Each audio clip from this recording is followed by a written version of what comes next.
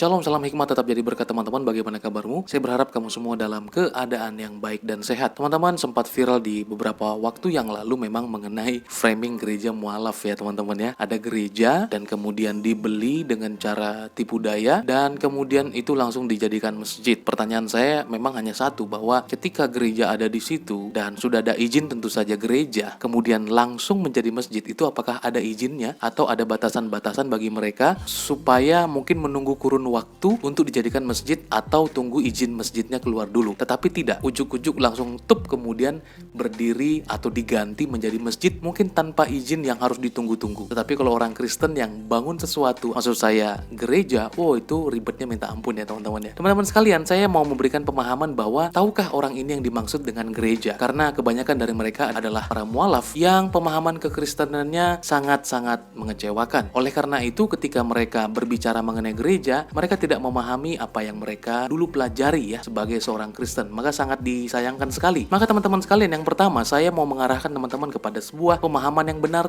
tentang gereja. Apakah gereja itu bisa dijual? Dalam bahasa Yunani, eklesia yang berarti dipanggil keluar. Ek artinya keluar, klesia artinya kleo, dari kata kleo bahasa Yunani, atau memanggil. Jadi eklesia berarti kumpulan orang yang dipanggil keluar dalam kurung dari dunia ini untuk dapat. Jadi ada tujuannya kita dipanggil keluar. Nah, ini berbicara sekelompok atau orang-orang yang dipanggil. Dalam Matius pasalnya yang ke-16 ayatnya yang ke-18, di sana dalam perjanjian baru pertama kali dikatakan oleh Yesus sendiri. Matius 16 ayat 18 berkata, "Dan aku pun berkata kepadamu, engkau adalah Petrus, dan di atas batu karang ini aku akan mendirikan jemaatku, dan alam maut tidak akan menguasainya." Oleh karena itu teman-teman, kita perlu melihat makna yang pertama dari gereja adalah sebenarnya umat, atau lebih tepat persekutuan orang Kristen. Arti ini diterima sebagai arti pertama bagi orang Kristen. Jadi gereja pertama-tama bukan sebuah gedung. Arti kedua adalah sebuah perhimpunan atau pertemuan ibadah umat Kristen. Bisa bertempat di rumah, kediaman, lapangan, ruangan, hotel, atau tempat rekreasi. Jadi tidak melulu mesti di sebuah gedung khusus ibadah. Arti ketiga adalah mazhab atau aliran atau denominasi gereja, misalnya gereja Katolik, Kristen Protestan, dan lain hal sebagainya. Kemudian arti berikutnya adalah mengenai lembaga atau sebuah mazhab Kristen, golongan Kristen, atau denominasi Kristen, misalnya kalimat tentang gereja menentang Irak. Jadi gereja di sana juga berbicara mengenai lembaga. Kemudian arti terakhir adalah juga arti umum, adalah sebuah rumah umat di mana umat bisa berdoa dan bersembayang.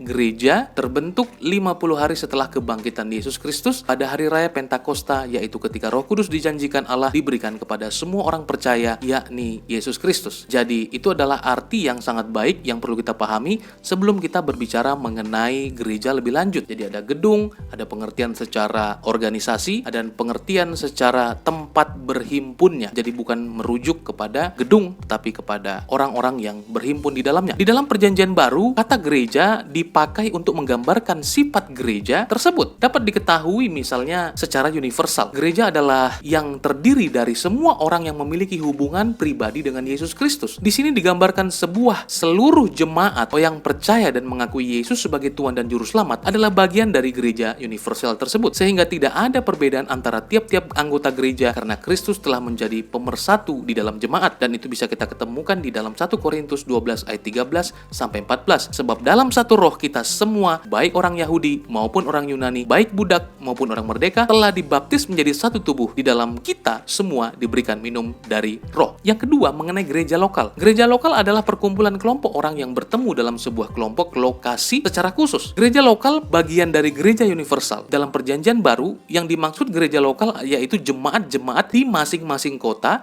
dan jemaat pada zaman perjanjian baru. Beberapa tulisan Paulus dalam perjanjian baru merupakan surat kiriman kepada beberapa jemaat lokal, antara lain jemaat yang berbeda di Roma, Korintus, Galatia, Filipi, Kolose, Tesalonika, Berea, Tiatira, dan lain-lain. Seperti dicontohkan di dalam Galatia 1 ayat 1 hingga 2. Dari Paulus, seorang rasul dari semua saudara yang ada bersama-sama dengan aku kepada jemaat-jemaat di di Galatia. Yang kemudian, gereja sebagai sebuah perhimpunan atau perkumpulan. Gereja sebagai perkumpulan dimaksud sebagai perhimpunan dari individu-individu yang memiliki satu tujuan. Hal ini dapat dilihat di dalam 1 Korintus 11 ayat 18, bahwa apabila kamu berkumpul sebagai jemaat, gereja yang ada sudah sejak berabad-abad lamanya telah memiliki banyak sekali perkembangan, dan hal tersebut maka sangatlah mungkin terjadi pergeseran makna, tetapi sebagai tata cara, bahkan pergeseran makna, tata cara, bahkan esensi itu sendiri. Perjalanan perkembangan gereja tersebut dapat beberapa pergeseran makna yang sebenarnya bukan merupakan makna yang sesungguhnya dari gereja, tetapi hal itu dapat mengakar pada masyarakat di seluruh dunia. Dan ada yang mengatakan bahwa gereja itu adalah sebuah gedung, tetapi sejatinya gereja itu sendiri bukanlah sebuah gedung. Nah, maka teman-teman yang terkasih dalam nama Tuhan Yesus Kristus, dari sini kita bisa melihat bahwa ada orang-orang yang kemudian membeli gereja dalam tanda kutip dan menganggap dia telah membeli orang. Karena sejatinya di dalam kekristenan, gereja itu persekutuannya. Orang-orang yang berkumpul punya satu tujuan, dan dia rasa dia telah membeli umat, dia telah membeli orang. Padahal yang dia beli itu adalah gedung gerejanya. Maka kalau membangun gereja tidak butuh uang, tetapi membangun gedung gereja itu butuh uang. Nah, oleh sebab itu teman-teman sekalian, ada banyak orang yang mengupayakan supaya gereja ditutup, izin gereja dipersulit. Mereka menyangka mereka sedang menutup persekutuannya atau sedang menghambat persekutuan tersebut. Padahal yang dihambat itu adalah gedungnya, bukan orangnya. Oleh sebab itu teman-teman yang terkasih dalam nama Tuhan Yesus Kristus, dalam statement orang-orang ini berbicara mengenai gereja mualaf, tentu saja itu berbicara mengenai hal yang terlalu berlebihan dan pemahaman yang dangkal. Bisa kita melihat kalau dulu mereka mengaku sebagai seorang Kristen,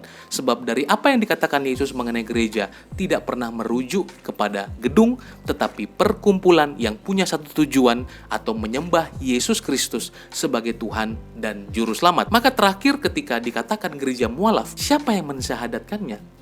Apakah orang-orang ini tidak berpikir secara logik? Apakah mereka bisa mensyahadatkan benda mati? Karena itu hanyalah sebuah properti yang mereka beli, tetapi bukan orangnya yang mereka beli. Itu adalah anggapan mereka belaka. Maka saya rasa ada ekspektasi yang berlebihan, sehingga membuat mereka menjadi tidak bisa berpikir lagi dengan bijak. Oleh karena itu teman-teman, gereja bukanlah gedung, tetapi gereja itu adalah orangnya. Di mana saja ada gereja, berarti di mana saja ada perkumpulan orang-orang yang menyembah Yesus sebagai Tuhan dan Juru Selamat. Maka orang-orang tersebut berusaha ingin menutup, ingin membubarkan. Bukan hanya bergereja saja teman-teman yang berusaha untuk dibubarkan, tetapi yang ibadah di rumah pun orang tidak suka atau merasa terganggu dan lain hal sebagainya. Padahal ibadah di dalam kekristenan mungkin hanya seminggu sekali sebagai tubuh Kristus berkumpul di dalam tubuh tersebut. Ini sangat lucu dan sangat aneh teman-teman, tapi tidak mengapa. Tetapi biarlah kita sebagai gereja Tuhan mengerti dan memahami maksud apa yang Tuhan sampaikan kepada kita semua. Kita adalah tubuh Kristus, gereja bukan gedung, tetapi orang-orang yang berkumpul memuji dan menyembah nama Tuhan. Jadilah gereja sejati, dan di atas gereja yang sejati itu adalah Yesus Kristus adalah kepala gereja yang sejati, dan dia adalah gembala yang sejati. Tuhan Yesus memberkati kamu ya. Bye-bye.